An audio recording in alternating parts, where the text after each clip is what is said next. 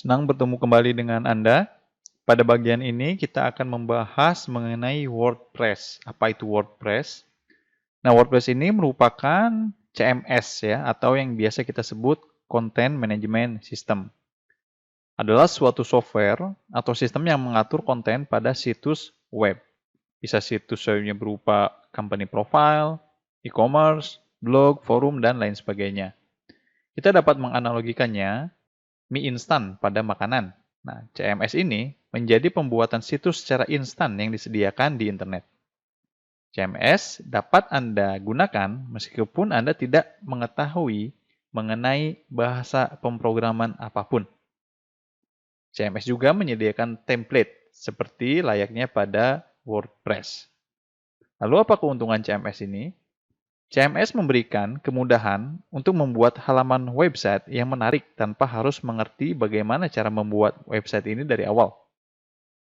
Perkembangan CMS tidak hanya untuk blogger saja, melainkan merambah pada bisnis, seperti toko online, kursus online, dan lain sebagainya.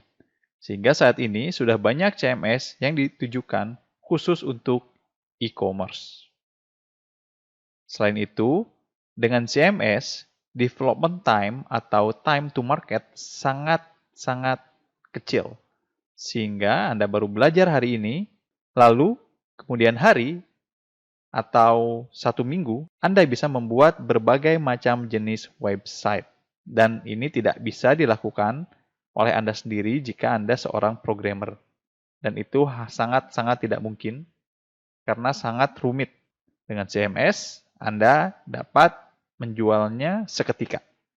Oleh karena itu, banyak sekali keuntungan menggunakan CMS ini.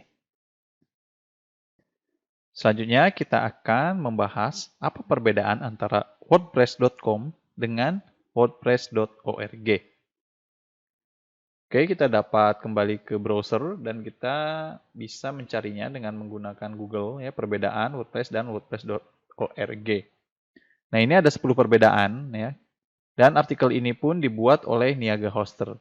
Nah, saya suka mengenai Niaga Hoster tersebut karena kontennya sangat banyak sekali informasi-informasi yang sangat dibutuhkan oleh siapapun, terutama yang ingin mengembangkan website sendiri. Segala macam informasi untuk pemula ataupun yang sudah paham mengenai WordPress dan ingin mereviewnya, Anda dapat membaca blog yang dibuat oleh Niaga Hoster. Nah, salah satunya ini adalah mereka membahas mengenai 10 perbedaan antara WordPress.com dan WordPress.org. Ya, yang pertama adalah harga, domain, hosting, tema, plugin, dan lain sebagainya.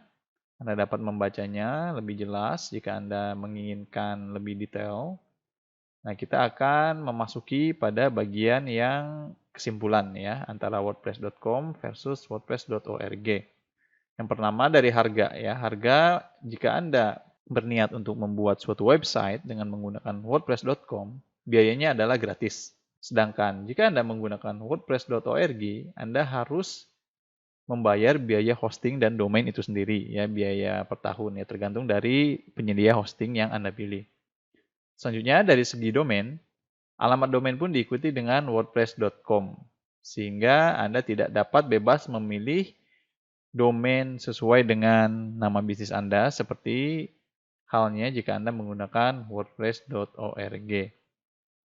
Sebetulnya Anda pun dapat menghilangkan wordpress.com ini, namun Anda harus membayar per bulannya. Nah, untuk melihat harganya, mari kita lihat di wordpress.com. WordPress.com di sini. Start your website. Nah, ini adalah plan and pricing. Anda dapat lihat. Nah, ini untuk personal ya, misalkan 1 bulannya 44.000, misalkan premium 89.000 dan lain sebagainya. Dan e-commerce malah 500.000. Nah, ini terlalu mahal ya untuk kita. Sedangkan dengan menggunakan hosting sendiri, kita dapat memilih ya, tidak terbatas dan harganya pun relatif lebih murah jika Anda bandingkan dengan menggunakan wordpress.com dengan fitur-fitur sesuai dengan pricing-nya. Lalu Anda tidak perlu membeli hosting karena hostingnya disediakan langsung oleh WordPress, namun sangat banyak sekali keterbatasannya. Nah, sedangkan jika Anda memiliki hosting sendiri, Anda dapat leluasa mengontrol website Anda, termasuk melakukan maintenance rutin dan lain sebagainya. Selanjutnya, dari segi tema atau tampilan dari website Anda sendiri, Anda hanya dapat menggunakan tema yang disediakan oleh WordPress.com. Nah, sedangkan jika Anda menggunakan WordPress.org, Anda dapat memilih beribu-ribu tema, mau yang berbayar ataupun yang gratisan, ataupun jika Anda paham programming, Anda bisa membuatnya sendiri. Oke, selanjutnya adalah plugin. Nah, pada WordPress.com kita tidak dapat memasang plugin, baik yang gratis maupun yang berbayar. Sedangkan pada WordPress.org kita dapat memilih plugin apa saja yang terdapat pada pasaran, baik yang gratis ataupun yang berbayar. Nah, nanti kita akan membahas lebih detail lagi mengenai apa itu plugin dan bagaimana kita setup tema ketika kita mulai memasuki pada modifikasi website dengan menggunakan WordPress.org. Selanjutnya adalah Powered by. Powered by ini tertulis pada footer, biasanya footer pada suatu website. Nah, ini tidak bisa diubah. Namun, jika Anda menggunakan yang self-hosting, Anda dapat mengubahnya Powered by, misalkan nama Anda atau nama perusahaan Anda. Selanjutnya adalah Search Engine Optimization atau SEO. Karena tidak dapat menginstal plugin pada WordPress.com, sehingga kita sangat kesulitan untuk mencapai SEO yang baik. Sedangkan dengan menggunakan self-hosting, kita dapat memilih plugin apa saja yang berkaitan dengan SEO, sehingga kita dapat meningkatkan peringkat website kita pada google.com. Selanjutnya adalah analitik. Nah, dari segi analitik hanya terdapat pada WordPress ya, jadi bawaannya dari mereka. Selanjutnya, jika kita menggunakan yang self-hosting, kita dapat menggunakan Google Analytics ya. Selanjutnya, toko online tidak bisa digunakan toko online, namun jika Anda ingin membayar 500.000 per bulan, Anda dapat membayarnya. Sedangkan dengan menggunakan WordPress.org, Anda tidak perlu membayar 1 bulan 500.000. Anda hanya membayar hosting dan domain dalam waktu 1 tahun, dan plugin yang terkenal untuk menggunakan e-commerce adalah WooCommerce, dan Anda tidak perlu membayarnya. Selanjutnya adalah iklan. Nah, Anda tidak bisa bebas memasang iklan. Misalkan Anda memiliki produk baru, Anda ingin membuat banners dan lain sebagainya, Anda tidak leluasa untuk memilihnya. Namun, Anda dipilihkan oleh WordPress.com. Bisa jadi barang yang ditawarkan oleh WordPress.com tidak sesuai dengan konten yang ada pada website Anda.